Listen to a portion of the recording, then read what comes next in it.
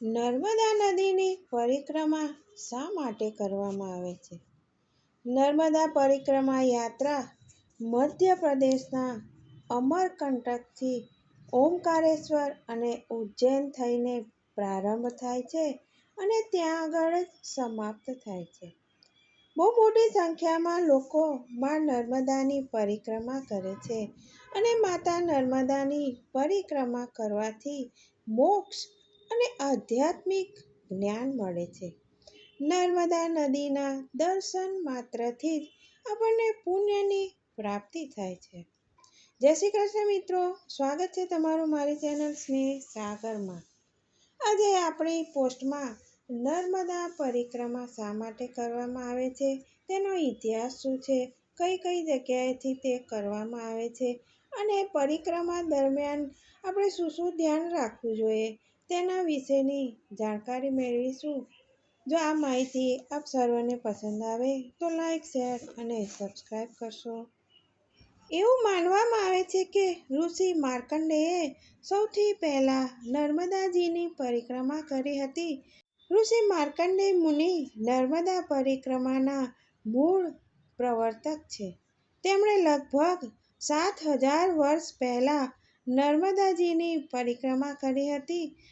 તેમણે ફક્ત નર્મદા નદી જ નહીં પરંતુ તેની બે સહાયક નદીઓને પણ પાર કરી અને પ્રત્યેક સ્ત્રોત પાર કર્યા વગર તેને સંપૂર્ણ વિદ્વતાપૂર્ણ મહાપરિક્રમાને પૂર્ણ કરવા માટે તેમને 45 વર્ષ લાગ્યા હતા. સ્કંદ પુરાણમાં પણ માં નર્મદાનું વર્ણન કરવામાં આવ્યું છે. માનવામાં આવે છે કે પગપાળા યાત્રા કરવાવાળા માટે આ યાત્રા 3 વર્ષ, 3 મહિના અને 13 દિવસમાં પૂરી થાય છે. 2600 કિલોમીટરની આસપાસ તેનું અંતર પાર કરવું પડે છે. નર્મદા પરિક્રમાનો અર્થ થાય છે કે નર્મદા નદીની પરિક્રમા પરંપરા અનુસાર ચક્ર દર વર્ષે ચાતુર્માસની સમાપ્તિ એટલે કે પ્રબોધિની 11સને પછી શરૂ થાય છે. નર્મદા નદીનું વર્ણન રામાયણ, મહાભારતની સાથે સાથે પૌરાણિક ગ્રંથોમાં પણ કરવામાં આવેલું છે. હિન્દુ ધર્મમાં આ એક લોકપ્રિય માન્યતા છે કે આ નદીના તટ ઉપર આવેલા તીર્થસ્થળોના દર્શન કરવા માત્રથી વ્યક્તિને પુણ્યની પ્રાપ્તિ થાય છે. નર્મદા નદીને કુંવારી નદી પણ કહેવામાં આવે છે. બધી જ નદીઓમાં એકમાત્ર નર્મદા નદી એવી છે કે જેની પરિક્રમા કરવામાં આવે છે અને પુરાણોમાં પણ ઉલ્લેખ છે. ગંગા સ્નાને, યમુના પાને, નર્મદા દર્શને તથા તાપી સ્મરણે મુક્તિ મળે છે. એટલે કે ગંગામાં સ્નાન કરવાથી, યમુનાના જળનું પાન કરવાથી મુક્તિ મળે છે, પરંતુ નર્મદા નદીના દર્શન માત્રથી જ મુક્તિ મળી જાય છે. એટલા માટે જ લાખો લોકો નર્મદાના ઉદ્ગમ સ્થળ અમરકંટકથી સમુદ્ર સંગમ સ્થળ ખંભાતના અખાત સુધીની નર્મદા પરિક્રમા કરે છે અને આ નર્મદા પરિક્રમા માર્ગ લગભગ 2600 કિલોમીટરની આસપાસનો હોય છે અને જે શ્રદ્ધાળુ આટલી લાંબી પરિક્રમા નથી કરી શકતા તેથી તેઓ નર્મદાની ઉત્તર વાહિની પંચકોશી યાત્રા કરીને પણ મુક્તિ પ્રાપ્ત કરે છે. કહેવાય છે કે ઉત્તર વાહિની પંચકોશી નર્મદા પરિક્રમા કરવાથી પણ સંપૂર્ણ નર્મદા પરિક્રમા જેટલું જ ફળ પ્રાપ્ત થાય છે. નર્મદા પરિક્રમા, જેને નર્મદા નદીની પ્રદક્ષિણા પણ કહેવામાં આવે છે, એક પ્રસિદ્ધ ધાર્મિક યાત્રા છે જેમાં નર્મદા નદીના કિનારા પર ચારેય તરફ પગપાળા અથવા અન્ય સાધનોથી યાત્રા કરવામાં આવે છે. આ યાત્રાનું ધાર્મિક માન્યતાઓ અનુસાર પુણ્યદાયી અને ફળદાયી માનવામાં આવે છે. આ યાત્રા દરમિયાન કેટલીક મહત્વપૂર્ણ વાતો યાદ રાખવા જેવી છે.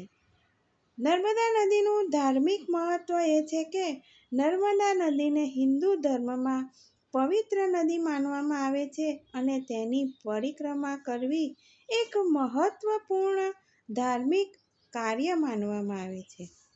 નર્મદા પરિક્રમાની શરૂઆત અમરકંટકથી થાય છે, જ્યાં નર્મદા નદીનું ઉદ્ગમ સ્થાન છે, અને પછી નદીના કિનારે અલગ અલગ પ્રકારના સ્થાનો થઈને તે પસાર થાય છે અને ગુજરાતમાં ભરૂચમાં આવેલા સમુદ્રમાં જઈને તે મળે છે. નર્મદા પરિક્રમાની યાત્રા પૂરા કરવાના લગભગ 3 વર્ષ 3 મહિના અને 13 દિવસ થાય છે, જેના લગભગ 26ની આસપાસ કિલોમીટરની અંતર તે પસાર કરે છે. નર્મદા પરિક્રમા દરમિયાન કેટલાક નિયમો અને પરંપરા હોય છે. નર્મદા પરિક્રમા પગપાળા અથવા તો અન્ય સાધનોથી યાત્રા કરવી, જમીન પર સૂવું, સફેદ વસ્ત્રો પહેરવા, મીઠાનું સેવન ન કરવું અને કેટલાક વિશેષ ખાદ્ય પદાર્થોનું સેવન કરવું. નર્મદા પરિક્રમા દરમિયાન મહત્વપૂર્ણ પરંપરા પાણીની હોય છે, જેમાં નર્મદા પરિક્રમા કરવાવાળા યાત્રી નર્મદા નદીના જળનું વિભિન્ન સ્થાનો પર લઈ જાય છે અને પાછા તેને નદીમાં અર્પિત કરે છે. પરિક્રમાની શરૂઆત અને સમાપન ઓમકારેશ્વરમાં આવેલા ગૌમુખ ઘાટ ઉપર થાય છે. જ્યારે યાત્રી પરિક્રમા પૂરી કરે છે ત્યારે ઓમકારેશ્વર જ્યોતિર્લિંગમાં જળ ચડાવવું આવશ્યક છે. નર્મદા નદીને કોઈ પણ સ્થિતિમાં પાર ન કરવી જોઈએ, ઓળંગવી ન જોઈએ. સંકલ્પ પૂજન દરમિયાન લેવાયેલા નિયમોનું કડકાઈથી પાલન કરવું જોઈએ અને સૂર્યોદય અને સૂર્યાસ્તના સમયે સ્નાન અને પૂજા આરતી કરવા જોઈએ. પરિક્રમા દરમિયાન કોઈ પણ સામગ્રી માગવી ન જોઈએ. પરિક્રમા દરમિયાન હંમેશા સાત્વિક ભોજન લેવું જોઈએ અને જમીન પર સૂવું જોઈએ. પરિક્રમાવાસી ફક્ત નર્મદા તટના આશ્રમ, મંદિર કે ધર્મશાળામાં જ રોકાઈ શકે છે. પોતાનો પથારી પોતે જાતે કરવી, પોતાના વાસણ જાતે ઘસવા અને બીજાના વાસણમાં ખાવું નહીં, પોતાના જ વાસણમાં ખાવું, આવું આધ્યાત્મિક જીવન નર્મદા પરિક્રમા દરમિયાન જીવવું જોઈએ. પરિક્રમા હંમેશા અજવાળામાં જ કરવી. સૂર્યાસ્ત બાદ પરિક્રમા કરવી ન જોઈએ. નર્મદા નદીનું ઉદ્ગમ શંકર ભગવાનના પ્રસ્વેદમાંથી, તેમના પસેનામાંથી થયું હતું. નર્મદા પરિક્રમા યાત્રા 2 રીતે થાય છે. પહેલું, દર મહિનાની નર્મદા પંચકોશી યાત્રા હોય છે અને બીજું નર્મદાની પરિક્રમા હોય છે. દરેક મહિનામાં થવાવાળી પંચકોશી યાત્રા તિથિ કેલેન્ડરમાં આપેલી હોય છે અને આ યાત્રા તીર્થનગરી અમરકંટક, ઓમકારેશ્વર અને ઉજ્જૈનથી પ્રારંભ થાય છે અને જ્યાંથી પ્રારંભ થાય છે ત્યાં જ સમાપ્ત પણ થાય છે. નર્મદા તટથી 21 કિલોમીટર તિલકવાડા, રામપુરા તિલકવાડા પરિક્રમા ઉત્તરવાહિની નર્મદા પરિક્રમા કહેવામાં આવે છે.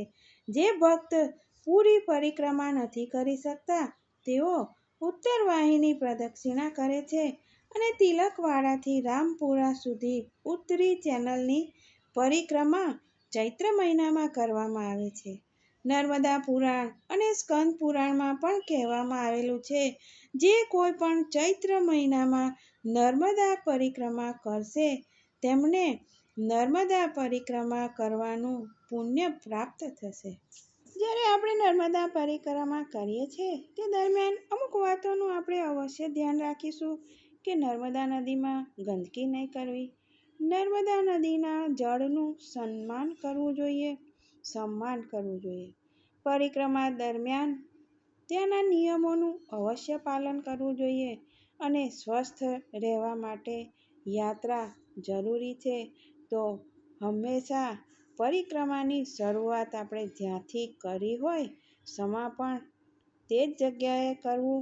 અને નર્મદા પરિક્રમાની મહત્વપૂર્ણ પરંપરા એ છે કે તે જળ પરિવર્તનની જેમાં યાત્રી નર્મદા નદીના જળને વિભિન્ન સ્થાનો પર લઈ જાય છે અને પછી તેને તે નદીમાં સમર્પિત કરે છે.